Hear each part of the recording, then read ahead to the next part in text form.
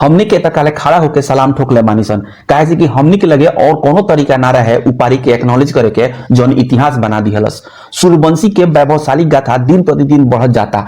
का बुमराह, का बोल्ट, का रबाडा, का मैट हेनरी आ का हेजलवुड।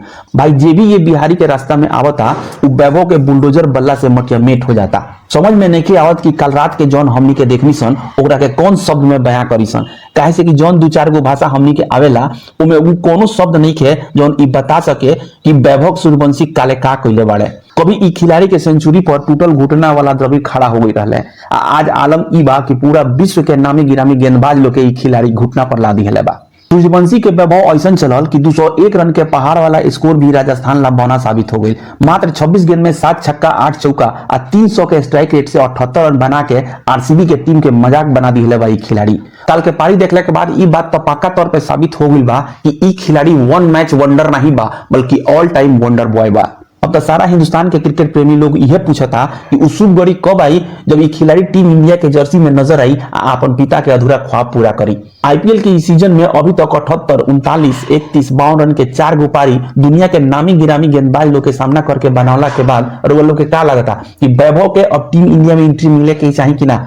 अपन शुभ विचार कमेंट करके बताई लगिन, तब तक ले हम मैचवा के कहानी बता देता नहीं। बाकी चैनलवा पर पहला बार आइल तो तनी सब्सक्राइब कर लेम आ फेसबुकवा पर देखा तो पेज के फॉलो करके आ तनी वीडियोवा के अपना भोजपुरिया समाज के लोग के बीच में शेयर करी ताकि सबकरा लगे वीडियो पहुंचो। तो भाई ई के रियान पराग टॉस जीत के कहले कि पहले आप जोफ्रा आर्चर पहिल के गेंदा पर साल्ट के पानी भरेला भेज देले। ओकरा बाद देवदत्त पट्टिकल के आउट करके आरसीबी के बोहनिया बिगाड़ देले। दाएं बाएं कोयला के बाद जब लागल कि कोहली भैया अब टच में आ गइल बारे तल बिश्नोई उनका के बोल्ड कर दिया है। अब फिर तो ओकरा बाद रजत पाटीदार एगो छोर पर खड़ा होके अपना टीम के तबाही के मंजर देखत रह गइले।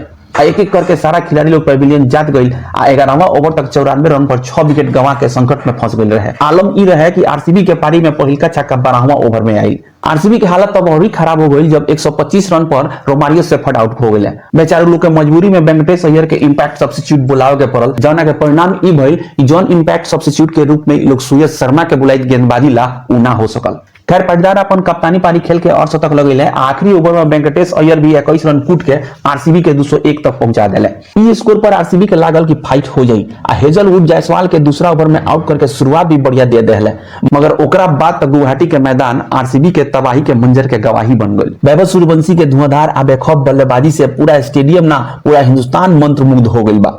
महज 26 गेंदा में 78 रन बना के अपन टीम के लगातार चौथा जीत के साथ पॉइंट्स टेबल में टॉप पर पहुंचा दिया है और उनका साया में ध्रुव जुरेल भी 81 रन के नबाद पारी खेल गई है।